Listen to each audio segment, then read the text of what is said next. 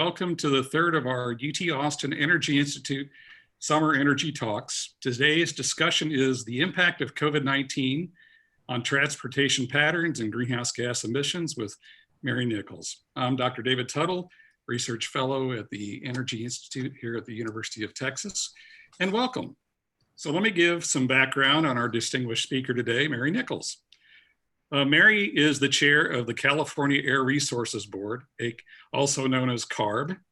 She has served on the board twice under Governor Jerry Brown, late 70s and more recently 2010 to 2018, under Governor Arnold Schwarzenegger, and most recently under Governor Gavin Newsom. She's also served as California's Secretary for Natural Resources, appointed by Governor Gray Davis.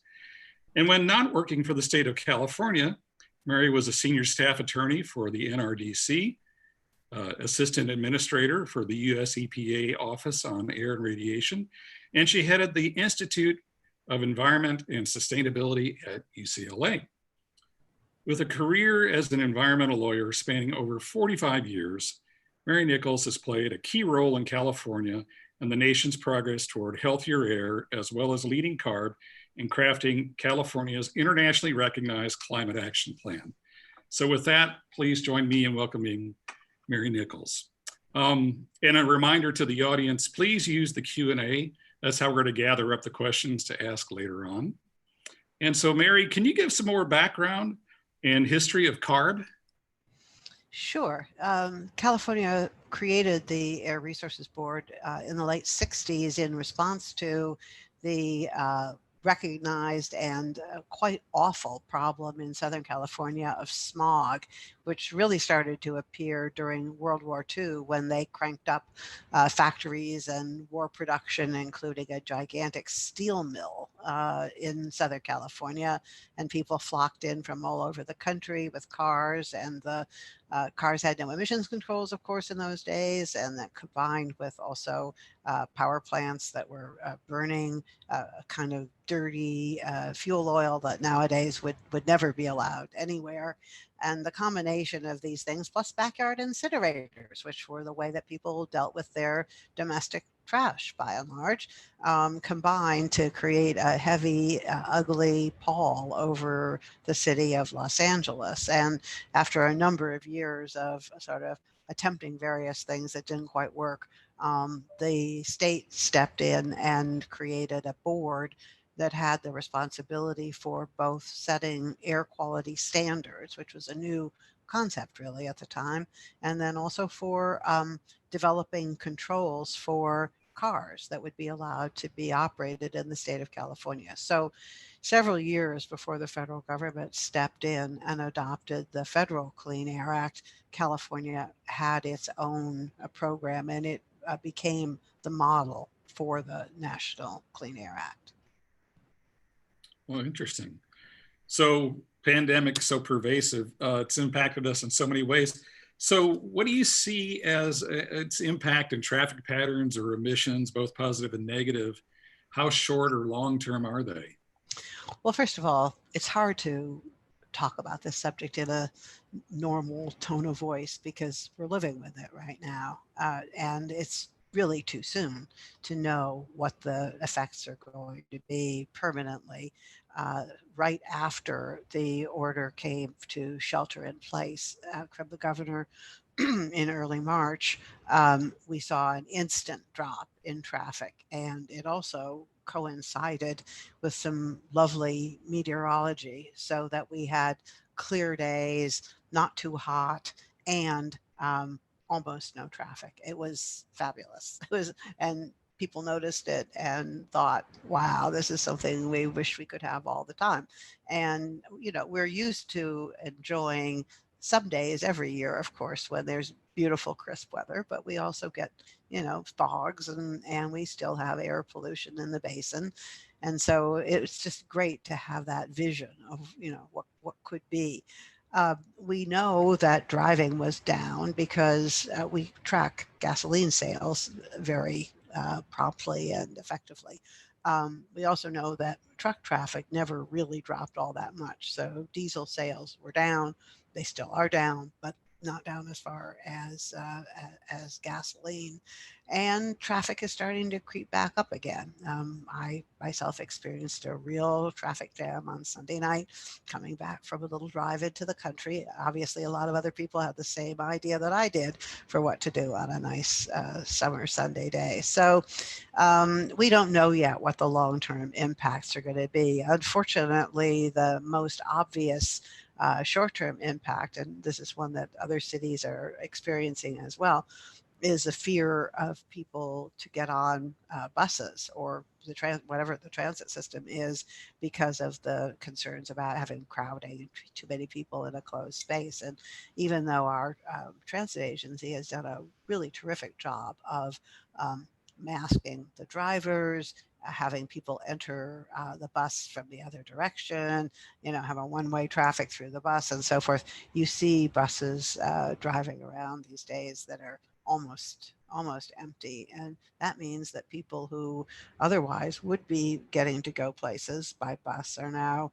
either not going anywhere or they're driving. So this is going to take some time to sort out what the impacts will be, but we've certainly learned that we can experience a Los Angeles with a lot less traffic, and that it's very nice.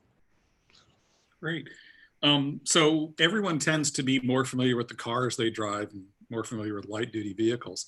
But what are some of the other emission sources that are important to really focus on to reduce emissions?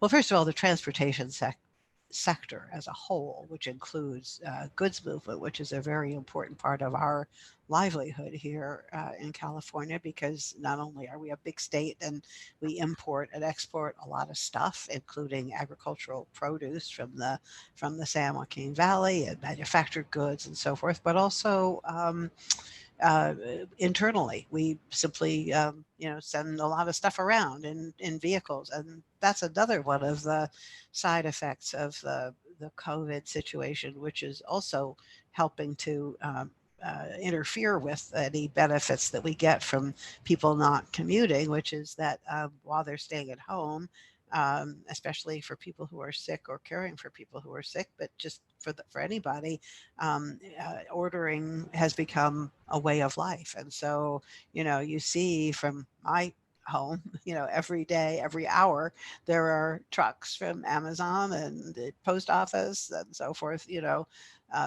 delivering things to myself and my neighbors. So we're creating a lot of additional traffic and emissions of that kind. I suppose I should say, to start with, the transportation industry, the delivery industry at least, has been a real pioneer in terms of bringing in zero emission vehicles. For years, the U.S.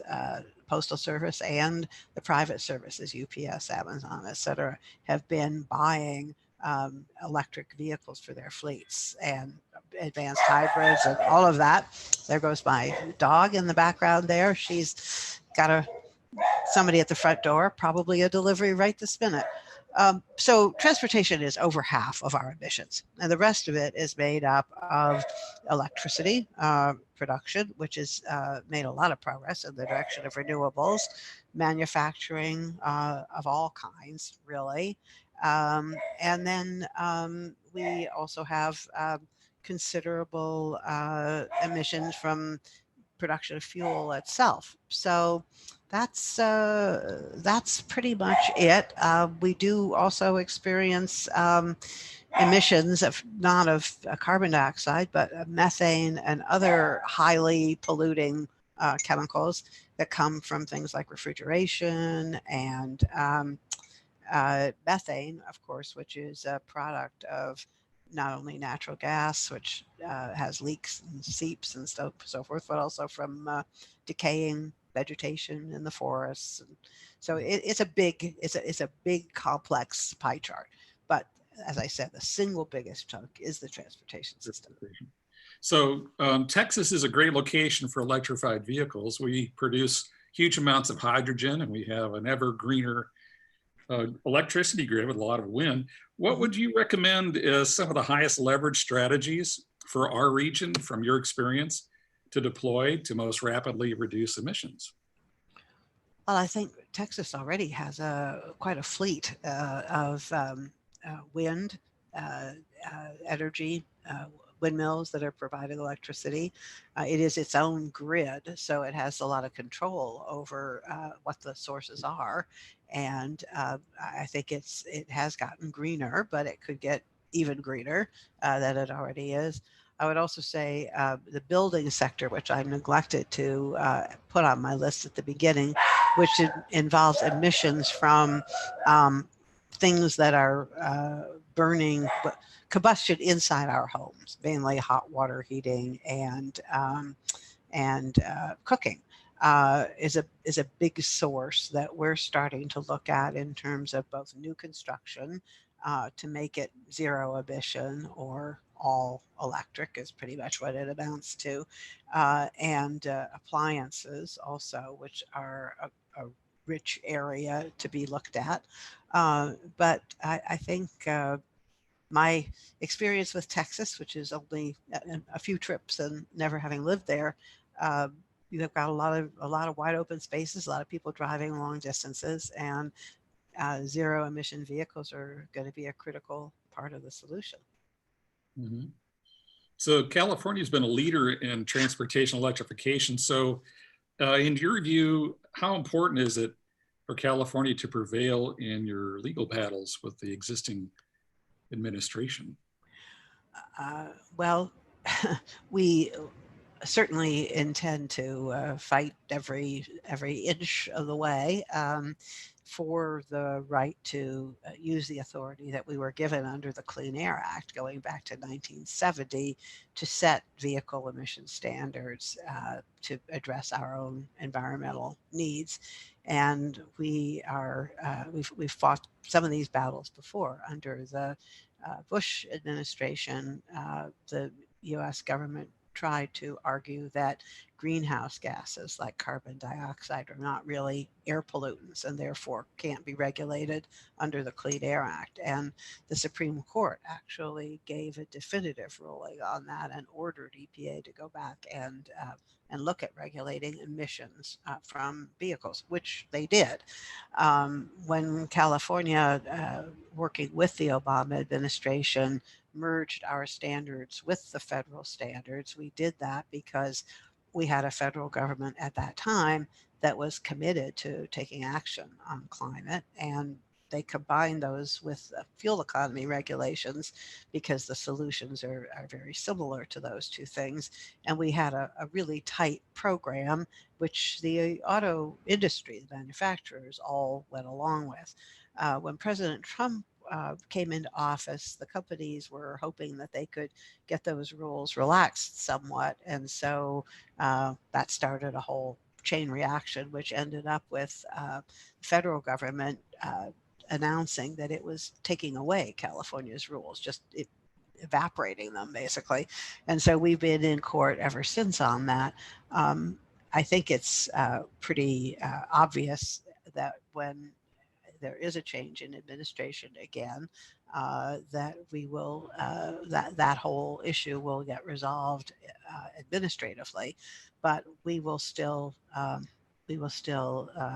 look for a court ruling that makes it clear that that the we do have this right under the Federal Clean Air Act, and obviously we intend to pursue it. It's really, we do a lot of other things besides to regulate direct emissions from motor vehicles, but because of the size of this particular sector, and because of, frankly, the expertise that we've developed over the years, the policies, the incentives, the money that we've put into helping to turn over our fleet to cleaner vehicles and give people incentives to purchase the zero emission vehicles, we have no intention of backing off. So this is related to pulling the waiver. Maybe you could describe a little bit more about that, because I've read about it over the years, and it's like that's fighting words, right? Well, the term waiver comes from the Clean Air Act provision that says that the federal government preempts all state uh, emissions controls on motor vehicles. except for California. California is called out by name because of our history of having moved in and regulated in this area before there was a federal program. So we were grandfathered under the law, and we are allowed to adopt and enforce our own standards so long as they meet certain criteria. The criteria are that they have to be more stringent than the federal standards, so we can't have weaker standards, and they have to be technically feasible and needed for achieving our own air quality goals. So in order to establish that, we go to US EPA and say, here's our new standard, EPA, please give us a waiver, give us your blessing, so that we can go ahead and enforce our standards. And we've done that literally hundreds of times since the original Clean Air Act back in 1970. And at the end of the day, we always have convinced EPA to approve our new standards, except for the two occasions that I mentioned, once in the Bush administration and now with the Trump administration, both involving global warming, greenhouse gases. Hmm. And so the other states can either choose to adhere to the federal standards or California, but not make up their own. That is correct. There was a provision added to the law after it was originally passed, basically because the problem of smog was becoming more apparent in quite a few cities around the country, and they needed tools also to be able to clean up their air. So they asked Congress to add a provision that states could opt in to the California standards. That's called Section 177, and those are known as 177 states. And yeah, I think we are now up to 13 plus the District of Columbia that have fully adopted all of the California standards. And now, because of this ongoing issue with the Trump administration, we have a number of states that have signed up to be partially involved. That is, they want to be part of our zero emission vehicle programs without having to adopt all of our air quality standards. So there's another 7 or so of those states as well.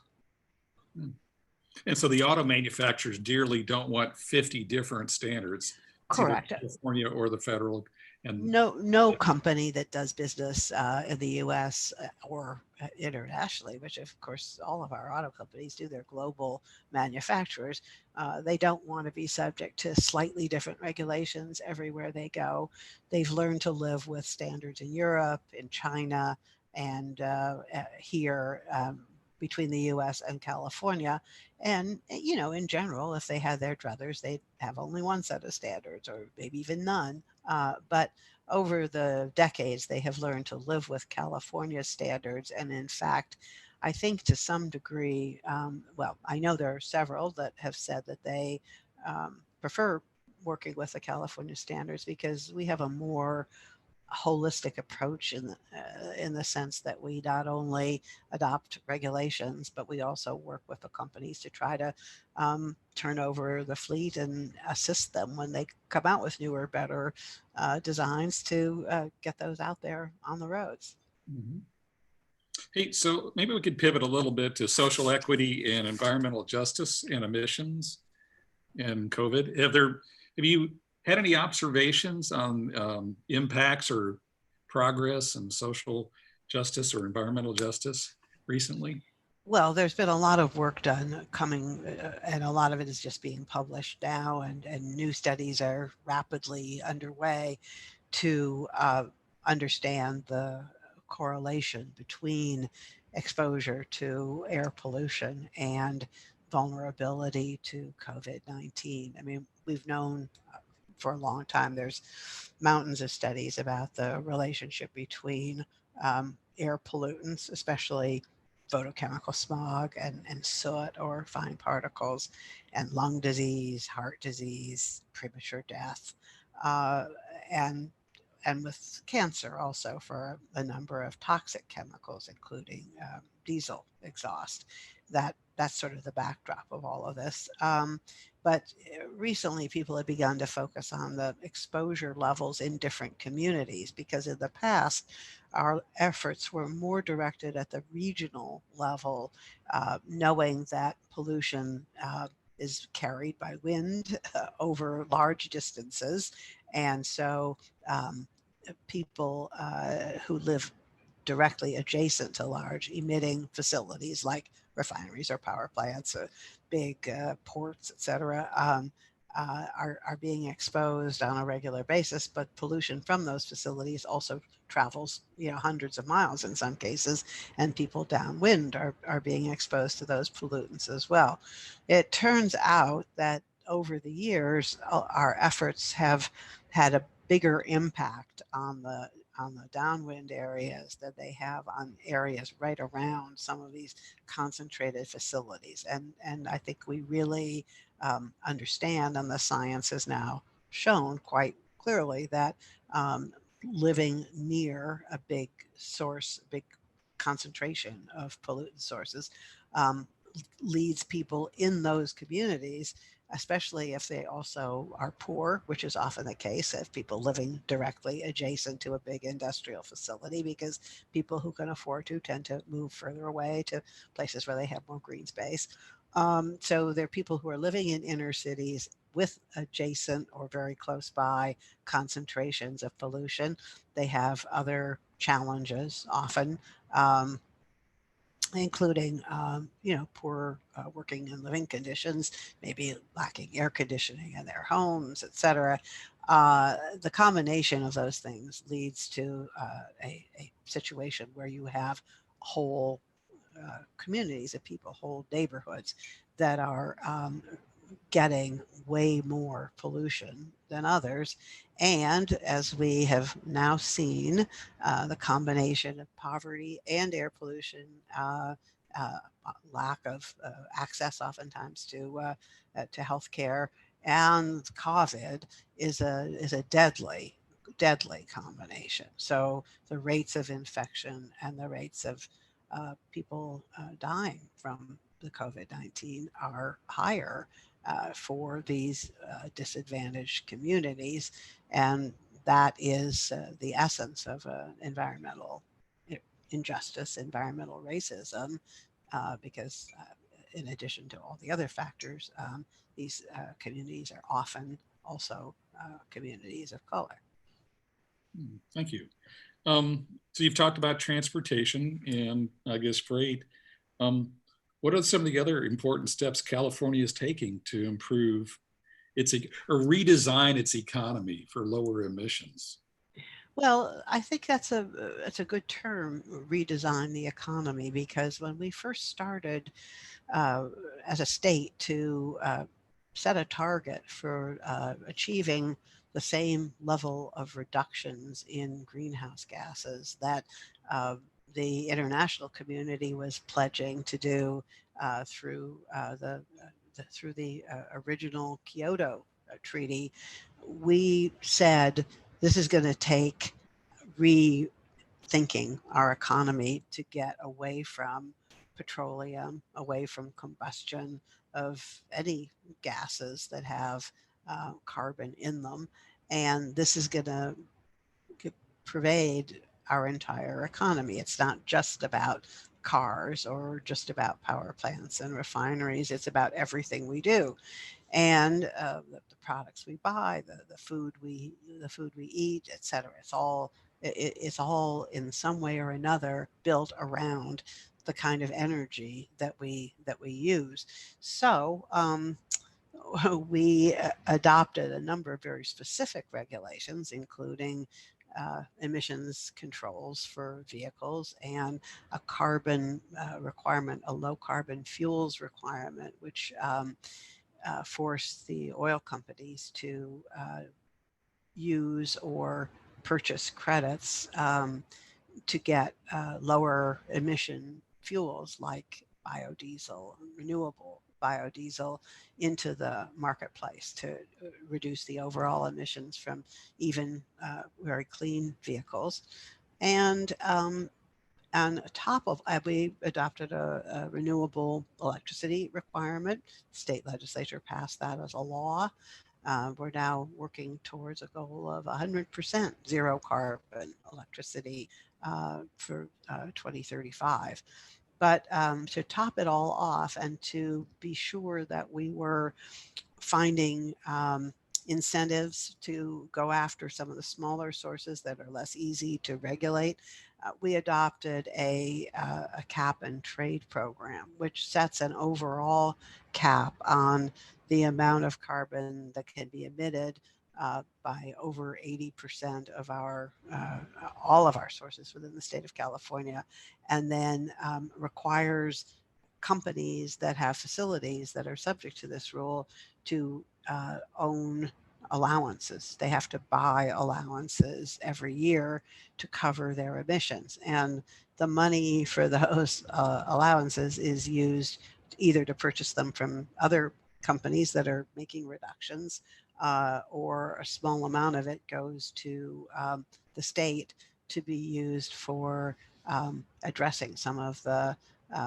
problems of the disadvantaged communities, and to write down the cost of electricity from having to, the power companies having to purchase new, cleaner electricity. So it's a way of basically creating a legally enforceable cap on the amount of emissions and coming up with financial incentives for people to clean up.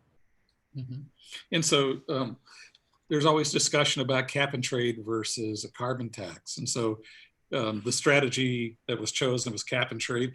Can you describe some of the debate that went on a number of years ago on cap and trade versus carbon tax? Well, I think the debate about carbon tax versus cap and trade is really still going on. Generally speaking, economists prefer a carbon tax because they think it's more precise in targeting whatever the pollutant is that you're trying to get rid of, and you can make it revenue neutral, which means that you give the money back to people who otherwise might have to pay a higher price when the companies that are producing the carbon have to pay the tax and pass the cost on to consumers. You can in turn give the consumers a check, so that maybe they're paying more per kilowatt hour for their electricity, but they're getting a check in the mail that covers that cost, so they don't experience anything as painful. And yet at the same time, you're sending the message to the power company that they should start looking for cleaner sources of fuel. I'm being a little simplistic about this, but that's the basic idea.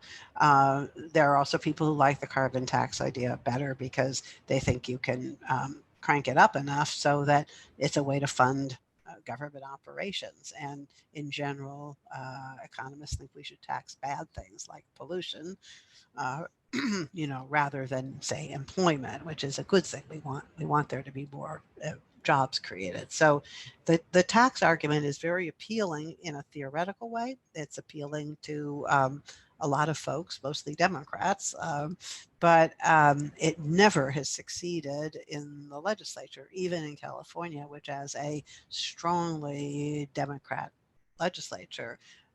It's just too hard for them to cast a vote for a tax. And so in the beginning, when my agency, CARB, was given the direction to develop our plan for meeting our carbon goals, we were authorized to come up with a market mechanism, quote unquote, which is code really for a cap and trade system. And the governor who had signed the legislation originally, Arnold Schwarzenegger, was very keen on the cap and trade idea. It was also something that was being pursued in Europe. They got there first, actually. The UK has had a cap and trade system, or ETS as they call it, environmental trading system, before we did. So we learned from them and from their experiences as well. But the effect of it is similar. It puts a price on carbon, but you can run it with an administrative agency like we have, and auction off the allowances and otherwise keep the program operating in a pretty simple way that doesn't cause the same level of exposure on the part of the general public to the mechanism. And people don't, your average person does not have to file any kind of a tax return in order to be a participant or be benefiting from our overall climate reduction program. So it's turned out to be pretty effective in terms of emissions reductions, but also effective in terms of convincing the general public that this is something that we can do in California. It's a good thing because by and large, the majority of people want to see us taking action to stop global warming. Mm-hmm. And so how do you deal with leakage or border adjustments in the system? Yeah. Well, it's complicated, but we have we tax, or sorry, we don't tax, we cover things as they come into the state of California. So, for example, unlike Texas, which is its own complete grid for electricity purposes, we import electricity into the state of California from other states. And so we impose the requirements for the cap and trade system at the point where the power comes into the state of California. In fact, our single biggest source of carbon pollution is a large coal burning plant in Utah, which is owned by the city of Los Angeles. They're in the process of converting it to away from coal. But that was when we first started working on this back in 2007. They were far and away the largest of our sources. So rather than say, well, we're just going to control things that are inside our border, we said we will take responsibility for things that come into our state. And we do the same thing with vehicle fuels. The companies that sell you gasoline are the ones who have to buy and hold the allowances. It's not just the, um, uh, it applies to wherever it is that it was produced. Mm-hmm. Yeah, thank you. So another interesting topic, Dieselgate. So CARB was instrumental in uncovering Dieselgate. Is cheating getting to be a lesser problem or more? Or are there better techniques at discovering it and finding it? Does AI or big data help with this? Uh, well, that's a complicated question, so I'll pull it apart a little bit.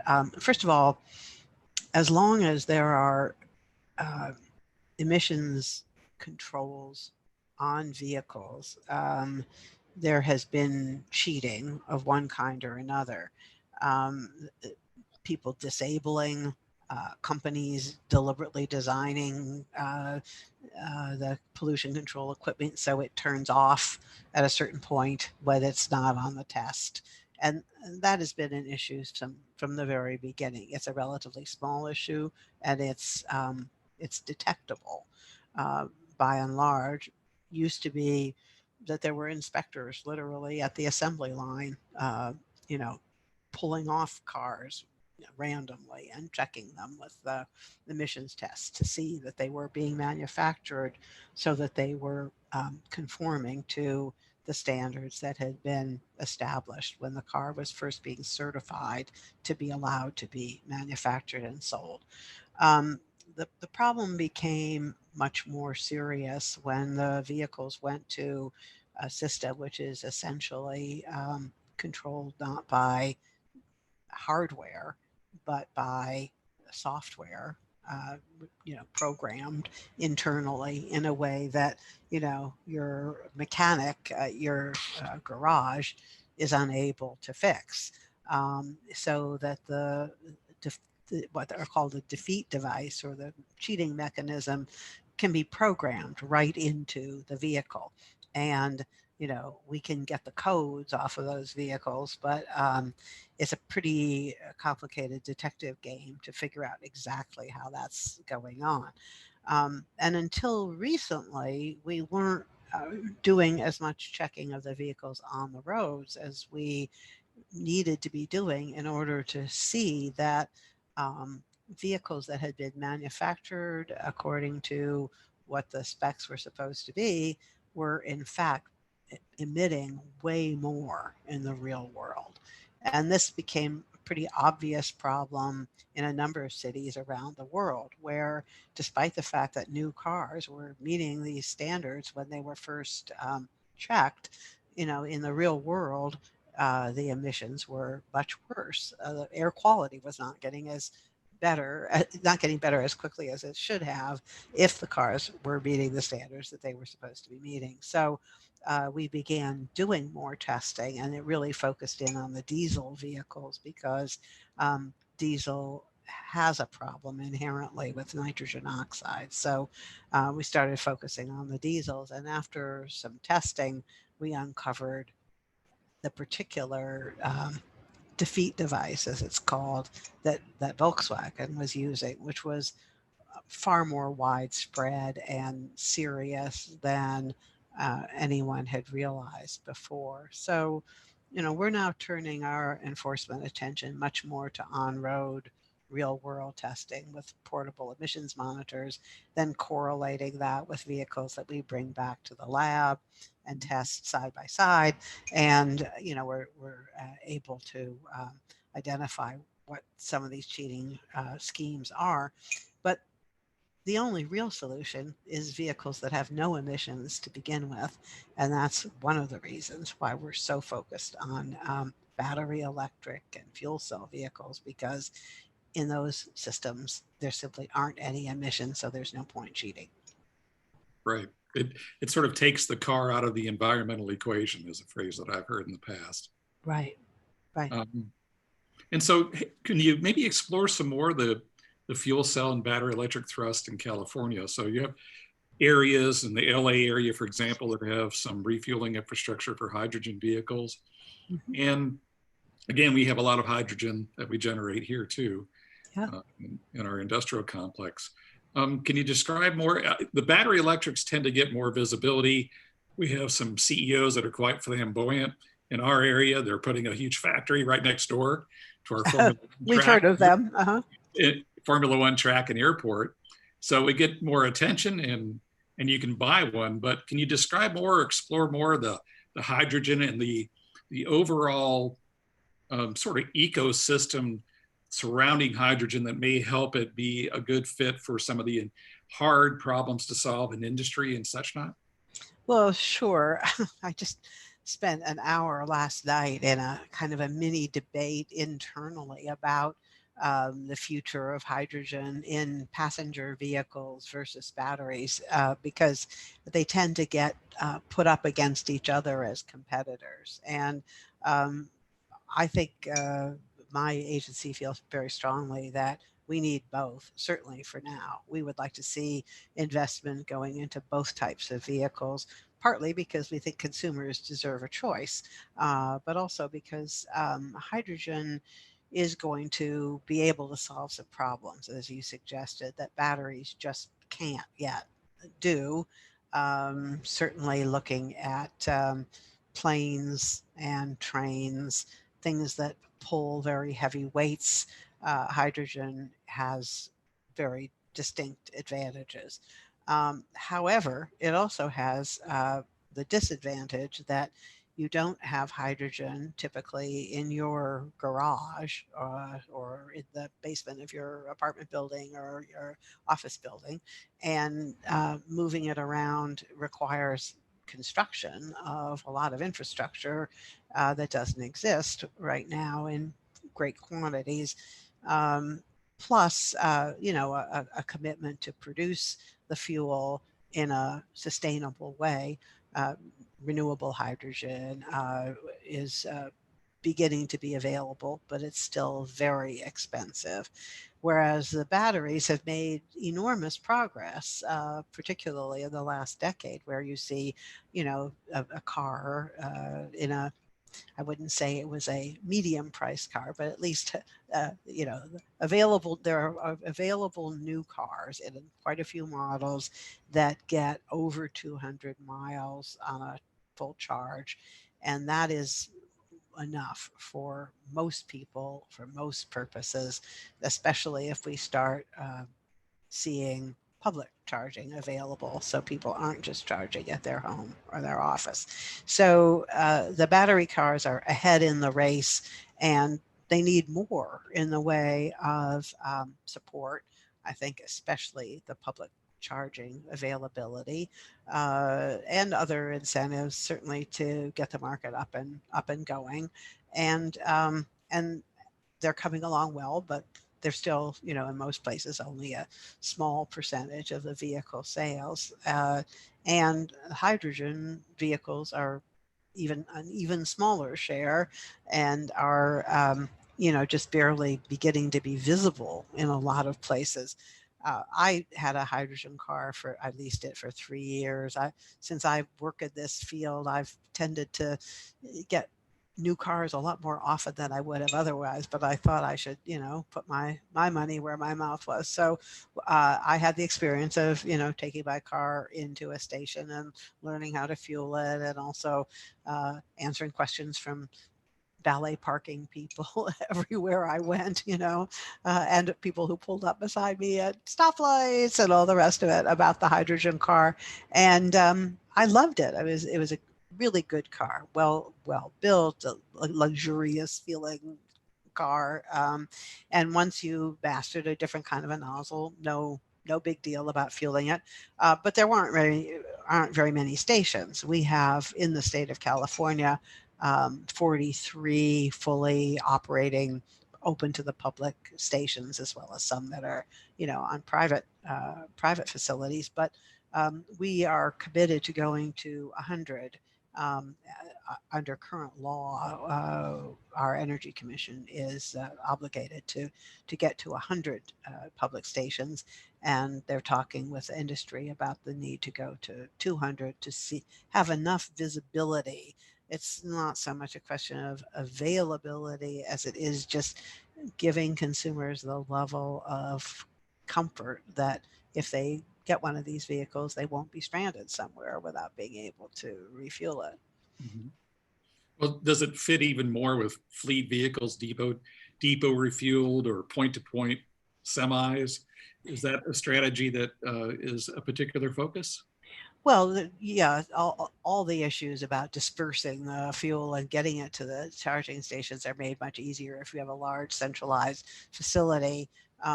There's a number of places here that use CNG, compressed natural gas, for fueling truck fleets, which works very well in that kind of an application. And I think hydrogen will also be used that way, probably for some of the largest, heaviest vehicles, for example, at the ports, and for locomotives and those applications.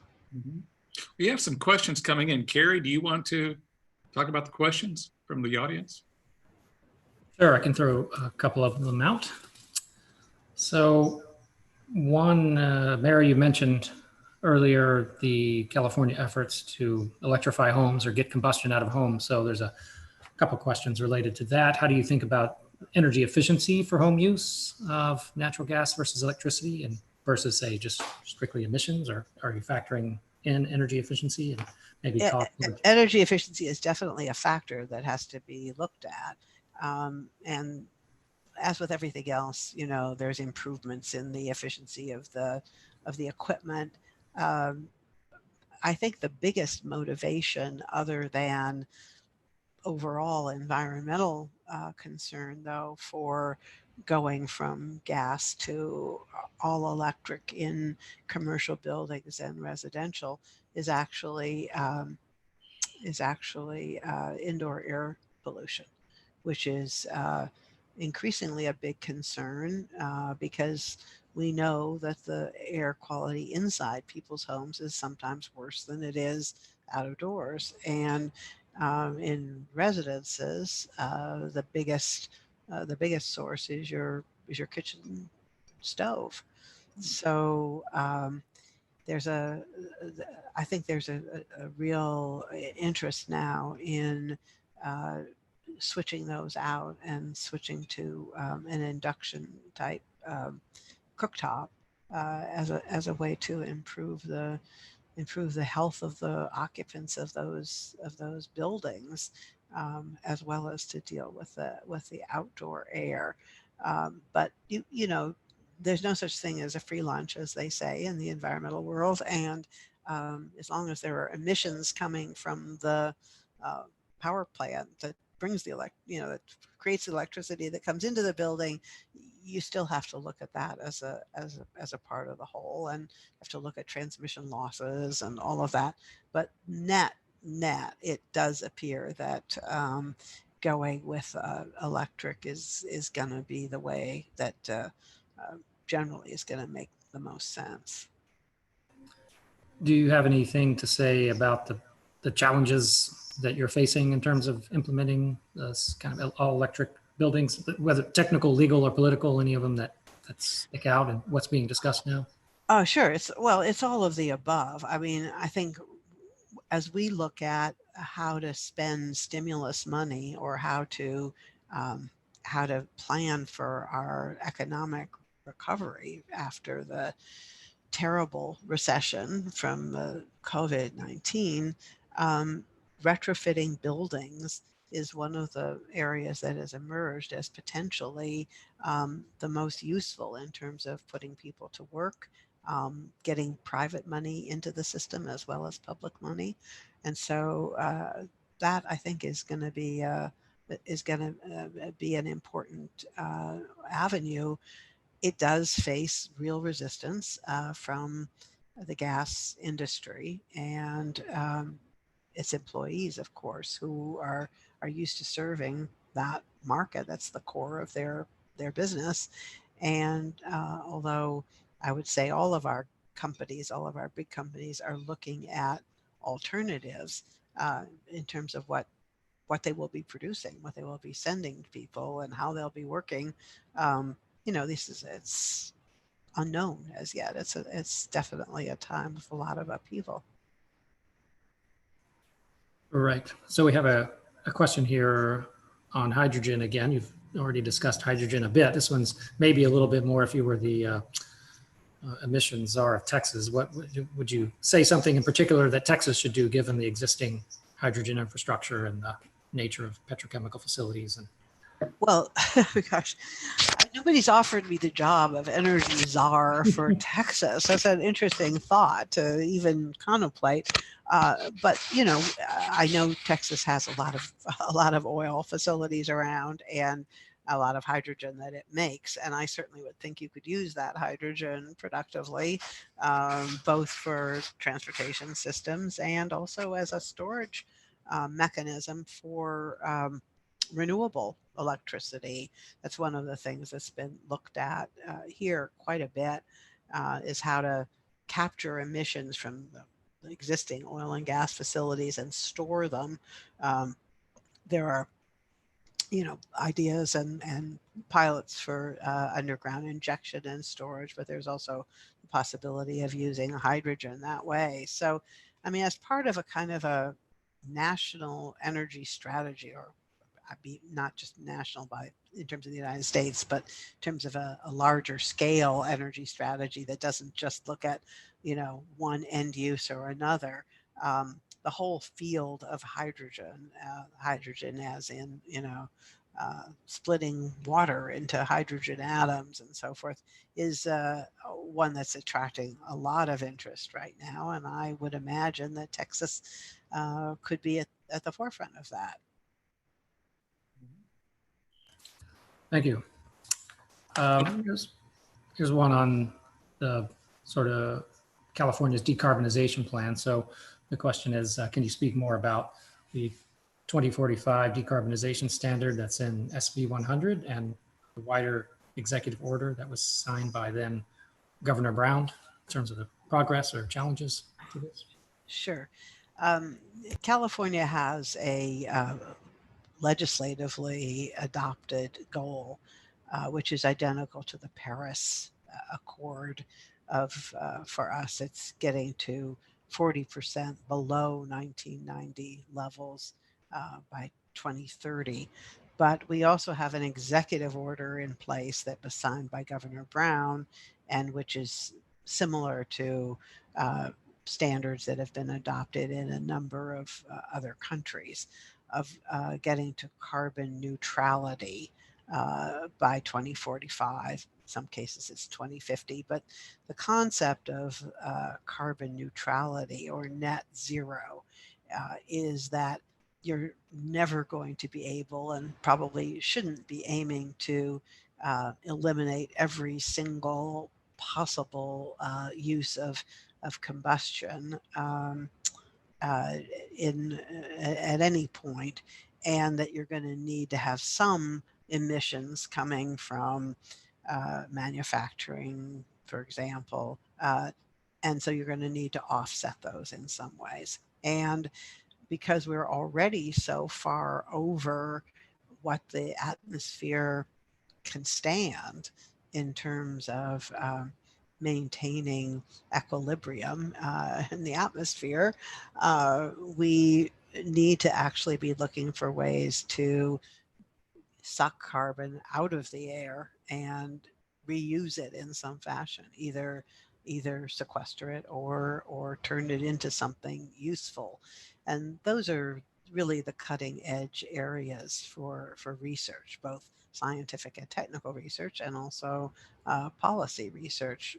For us, it's led to a lot of more specific thinking about the role of our forests and our agricultural lands and wetlands, as because we have a huge coast with still quite a lot of wetlands, as places to store carbon. And so it's this is kind of the new frontier of thinking about global warming. You have So one. I have a few questions left here. We only have a few more minutes. You've had a remarkable career at CARB. You started off in the late 70s, mid late 70s, and then Jerry Brown brought you back again, and there were Arnold Schwarzenegger appointed you, and you served both Republican and Democratic administrations. Looking back over the many decades that you've helped emissions and make air cleaner, what do you perceive to be your greatest achievements, and are there any disappointments? You know, when I started my career as an environmental lawyer, just out of law school, moving to Los Angeles with my husband, who was practicing law. He had a job with a firm. I didn't have a job at the time, but I figured, you know, I'd get something interesting. And that was in the era when lots of lawyers were refusing to go work for big corporate law firms, and people were joining new nonprofit public interest type firms. And I wandered into a brand new startup called the Center for Law and the Public Interest, and ended up being their air pollution lawyer because the Clean Air Act was new and nobody else knew anything about it. And it didn't sound like that much fun, because air pollution is, you know, has always been seen as very technical, very related to energy, and sort of hard to deal with. So I became the air pollution lawyer because I was the youngest, the newest, and the only girl. So that got to be my assignment. And of course, it became the work of my lifetime.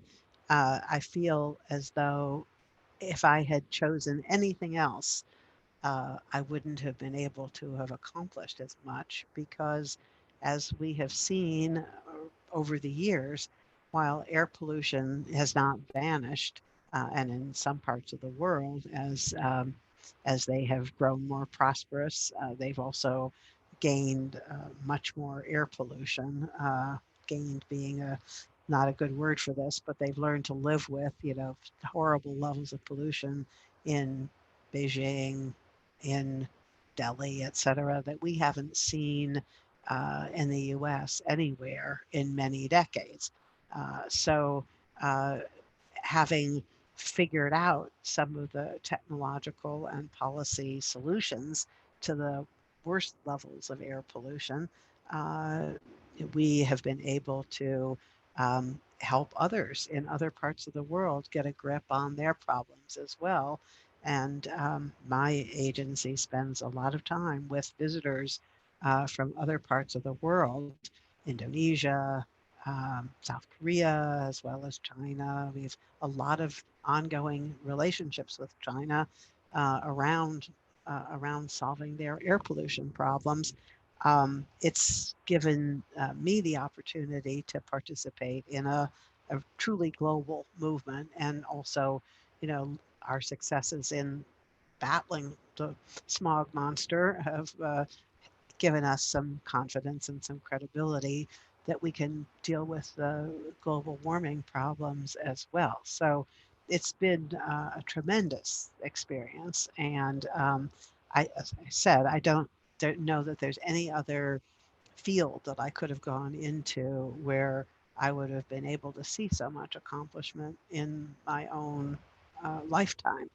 Uh, it's also increasingly now, I think, seen as a way to address some of the most stubborn social inequities because of the uh, problem that we were talking about earlier of, you know, real distinct pockets of air pollution in our communities, rural and urban, because it exists in both contexts, but places where people who are marginalized uh, and victims of various kinds of social injustice are also being subjected to disproportionate levels of air pollution as well. So dealing with this problem becomes a way of also dealing with racial injustice as well. And that, um, to me, is an opportunity to right some wrongs that have been with us for many decades, and to really make some very significant progress uh, while I'm still around to see what the benefit of it is. So I really don't feel like there's anything that I could have done or would have done differently. I guess I'd like everything to have happened faster. That seems to be a phenomenon of getting older, is that you get less patient. Sure. Thank you. Hey, we have one more question come up, and I have one to follow up and close on.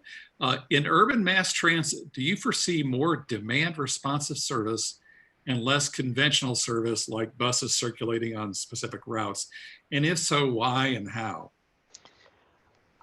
Talking to the leadership of our metro system in my home city of Los Angeles, there's no question that they're looking at getting away from, we provide the routes and you will ride on them, to a system where they respond to where the consumer demand is and change more rapidly. This involves much better real world communications and ability to make decisions more quickly than most of these agencies have been able to do in the past. But I participated in an exercise at our clean tech incubator here, where people submitted some ideas for how to do some of these kinds of more responsive um, programming of transit services. And there's some really exciting work going on in that area. And I think it is going to be the solution for these agencies for the future.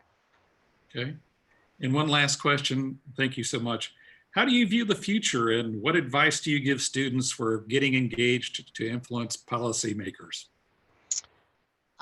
Well, having taught myself at one point, and still hanging out from time to time out at UCLA, I am tremendously enthusiastic about the role that students can play. Um, we certainly end up learning on a regular basis from people who come to us as interns, or working on their advanced degrees, and using my agency as a way to pursue various studies, as well as contributing to the work that we do. It's essential, and it's exciting as well. I think everybody is going to be involved in one way or another in the environmental work in the future. And so I don't have sort of one piece of advice that I give, although one thing that I have done over the years, I think, is encourage people to think about different venues from which you can pursue your interest in making the world better and healthier place. That is, you don't have to work for a nonprofit. There's work to be done in the private sector from within, and certainly, at least until recently, with the latest economic downturn, young people felt, I think, emboldened to challenge some of the assumptions that were being made by corporations, as well as create new ones of their own, and particularly to apply new technologies and new communications tools to achieving better environmental results than we've had in the past. The other thing that's happened, getting back to the current crisis, and I'm just I'm hopeful without having enough evidence, but it seems to me that there is already a reaction against some of the anti-science um, policies and talk that has been becoming more fashionable in the past, back in the direction of recognition that if you're going to be making decisions and mobilizing social efforts, you really have to do it with a good science as the base for whatever it is you're doing. So I'm a big believer in science and people learning as much as they can about it, even if their careers are not going to lead them into being scientists. So with that, Mary Nichols, thank you so much for joining us and sharing your insights. We truly appreciate it. It's been a pleasure. And let me talk about next week. So next week's talk, August 11th at noon Central Time, the topic will be COVID-19's impact on energy and environmental perceptions. Our guest will be Peter Fox-Penner, the founder and director of Boston University's Institute of Sustainable Energy. And with that, again, I want to thank Mary Nichols and thank everyone who has attended and sign off. Thank you again. Best to all of you.